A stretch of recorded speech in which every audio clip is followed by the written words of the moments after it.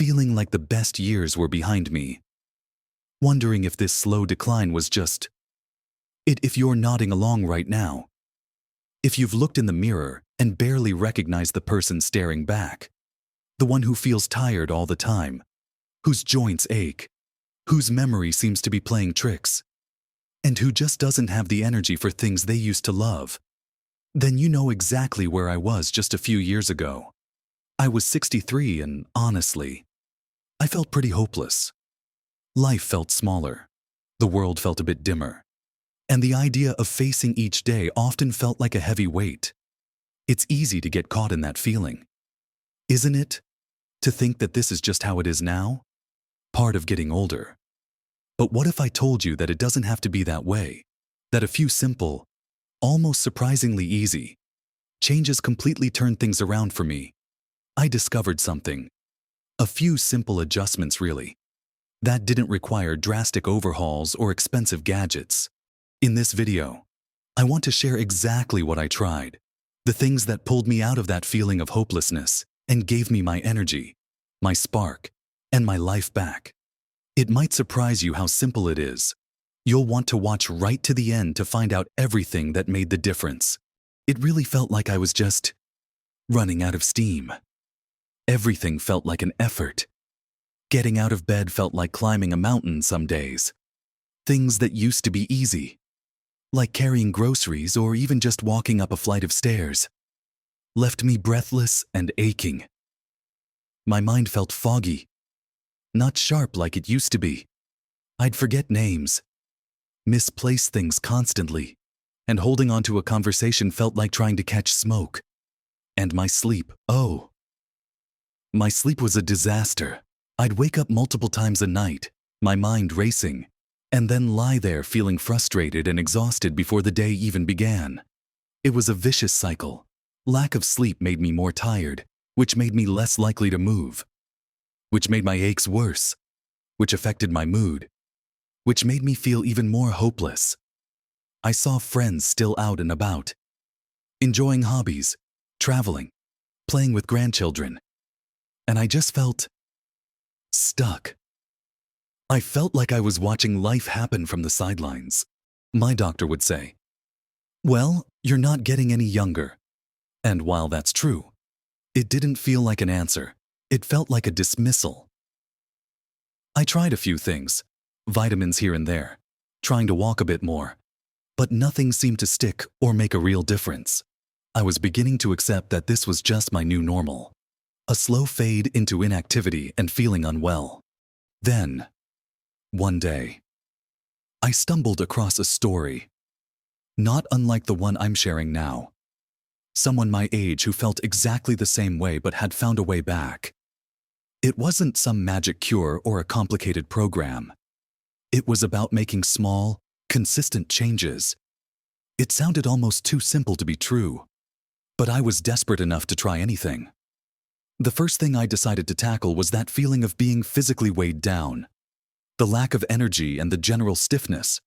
I wasn't ready to join a gym, and frankly, the thought of strenuous exercise was just laughable given how I felt. The story I read talked about something incredibly basic: movement. But not just any movement. Gentle, consistent movement. It wasn't about breaking a sweat or pushing myself until I hurt. It was about simply getting my body moving regularly throughout the day in small, manageable ways. My initial thought was, I already try to walk sometimes. It doesn't help. But the emphasis was on consistency and gentleness. I decided to start ridiculously small. My first goal was just 5 minutes of continuous movement every morning. Not power walking, not jogging, just moving. It might be walking around the block at a comfortable pace, or even just marching in place in my living room while listening to the radio.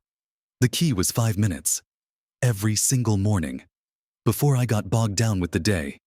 And honestly, those first few days felt barely noticeable. I still felt tired. My knees still creaked. But I stuck with it. After about a week, I noticed that those first few steps in the morning felt a tiny bit less stiff. It wasn't a huge change, but it was something.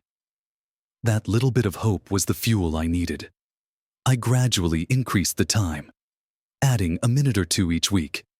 Eventually, I was walking for 15-20 minutes every morning. And it wasn't just the walking itself that helped, it was the routine. It was the feeling of starting the day by doing something positive for myself, rather than just reacting to the day's demands. I also started incorporating little bursts of movement throughout the day. Instead of sitting for hours watching TV, I'd get up during commercials and walk around the room while waiting for the kettle to boil. I'd do a few simple stretches I found online, focusing on my shoulders and back where I held a lot of tension. If I went to the shops, I'd park a little further away than usual. If I was on the phone, I'd stand up and wander around the house. These weren't big, dramatic exercises. They were just small, frequent interruptions to sitting still, and cumulatively, they started to make a difference I could feel. My overall stiffness began to lessen. My circulation seemed to improve. My hands and feet didn't feel quite as cold all the time. And most importantly, I started to feel a flicker of energy return. It wasn't like being 20 again, but it was definitely better than feeling like a lead weight. This consistent, gentle movement wasn't just helping my body, it was helping my mind too. Getting outside for that morning walk, even just for a short time, exposed me to daylight, which I later learned is so important for regulating sleep and mood. It was slow, it was subtle, but it was the first real sign that change was possible. It wasn't a miracle cure, but it was a foothold, a tiny step out of that feeling of being stuck. Along with the movement, I realized that my diet wasn't doing me any favors. I wasn't eating terribly, but I wasn't really thinking about what my body needed at this stage of life. Everything I read pointed back to the importance of getting enough hydration and focusing on nutrient-dense foods, particularly those that support energy and digestion. Another area where I was struggling, digestion felt sluggish, uncomfortable, and frankly, a bit embarrassing to talk about. It seemed like everything I ate just sat heavily. I learned that as we get older, our digestive system can slow down, and we need to be more mindful of what we put in. One of the simplest changes I made, alongside the movement, was just drinking more water. It sounds almost ridiculously simple, doesn't it? But I wasn't drinking nearly enough. I'd have a cup of tea in the morning, maybe another later, and a glass of water with a meal. But that was about it. I started keeping a water bottle with me and making a conscious effort to sip from it throughout the day. The difference this made to my energy levels was noticeable within days. It was like my body was just thirsty for everything. And once I started hydrating properly, things just worked better. My mind felt clearer. That foggy feeling started to lift slightly. And surprisingly, it helped with the digestive issues too. Water is crucial for keeping things moving smoothly through the gut. But I didn't stop there. I started researching foods that were particularly good for older adults, focusing on gut health and sustained energy. I learned a lot about fiber and probiotics. I wasn't ready to overhaul my entire diet, but I picked one or two simple things to add in. The first was aiming to include a source of fiber at every meal. This meant switching from white toast to wholemeal toast, adding a handful of berries to my breakfast cereal, snacking on an apple instead of biscuits, and making sure half my plate at dinner was filled with vegetables. Again, not huge changes, but consistent ones. The second dietary change I made was incorporating some fermented foods into my diet. Things like plain yogurt with live cultures, or a small serving of sauerkraut. I started with a small pot of yogurt each morning. It seemed so minor, but the information suggested that supporting the good bacteria in my gut could have wide-ranging effects, including on energy and mood. And over time, it really did seem to help. The sluggish, uncomfortable feeling in my stomach started to ease. My digestion became more regular and comfortable. And with things working better internally, I felt lighter, less bloated, and yes, more energetic. These dietary shifts, combined with the gentle movement, were like laying a new foundation. I was giving my body the basic building blocks it needed to function better. It wasn't about restricting myself or following a strict diet. It was about nourishing myself and helping my body do its job more efficiently. These first few steps, the consistent gentle movement, and the focus on hydration and gut-friendly foods, were the ones that pulled me out of that initial slump. They were simple, yes, but they required consistency, which was the key. And once I started feeling these small improvements, I was motivated to keep going, to see what else was possible. And that led me to exploring other areas that were holding me back, particularly that terrible sleep and the constant feeling of stress and worry that seemed to amplify all my other problems. Once I had those initial habits, the daily movement and the focus on nourishing my body with hydration and better food choices starting to take root, I began to notice how much my terrible sleep was still dragging me down, even with a bit more energy from the other changes. If I'd had a night of tossing and turning, the next day was still a struggle. I read that as we age, our sleep patterns can change. But poor sleep isn't inevitable. There are things we can do to encourage better rest. My problem wasn't just waking up. It was also that my mind felt so active when I was trying to wind down. I'd lie there thinking about everything and nothing, and sleep just wouldn't come. The advice I found was, again, simple, but required discipline. Establish a consistent sleep routine. This meant trying to go to bed at roughly the same time each night and wake up at roughly the same time each morning, even on weekends. This was tough at first, especially when I'd had a bad night. The temptation was just to sleep in, but I pushed myself to stick to it. I also created a relaxing bedtime routine. This involved dimming the lights in the evening, avoiding screens like my phone or the TV for at least an hour before bed, and doing something calming like reading a physical book or listening to quiet music. I started taking a warm bath some nights with some Epsom salts, which seemed to help my muscles relax. I also made sure my bedroom was dark, quiet, and cool. These small changes to my evening routine made a surprising difference. It was like I was signaling to my body that it was time to wind down and prepare for rest. It wasn't instantaneous. There were still nights when I struggled. But gradually, I started falling asleep faster and staying asleep for longer stretches. And waking up feeling even slightly more rested had a massive impact on my mood and energy throughout the day. It was like all the other healthy habits I was building finally had the foundation of decent rest to really flourish. Another area I decided to focus on was building a little more strength. The gentle movement was great for circulation and flexibility, but I knew that maintaining muscle mass is crucial as we get older, not just for strength, but for metabolism, balance, and overall function. Again, the idea of weightlifting felt intimidating and out of reach. I looked for simple exercises I could do at home with no equipment. Things like chair stands, sitting down and standing up from a chair without using my hands, wall push-ups, leaning against a wall and gently pushing away, and simple leg raises while holding onto a table. I started with just a few repetitions of each, 2 or 3 times a week. It felt hard at first, but I focused on proper form over quantity. These simple strength exercises, combined with the daily movement, really started to make a tangible difference in how I felt physically. Getting up from a chair became easier. Carrying those groceries wasn't quite the ordeal it used to be. My balance felt more stable, which gave me more confidence when I was out walking. I wasn't trying to build huge muscles. I was just trying to maintain what I had and maybe gain a little functional strength. And it worked. It wasn't just about the physical benefits either. There was a huge mental boost that came from feeling stronger and more capable. It chipped away at that feeling of fragility and decline. Finally, and perhaps most importantly, I realized I needed to shift my mindset. That feeling of hopelessness wasn't just about my physical symptoms. It was a pervasive sense of negativity and resignation.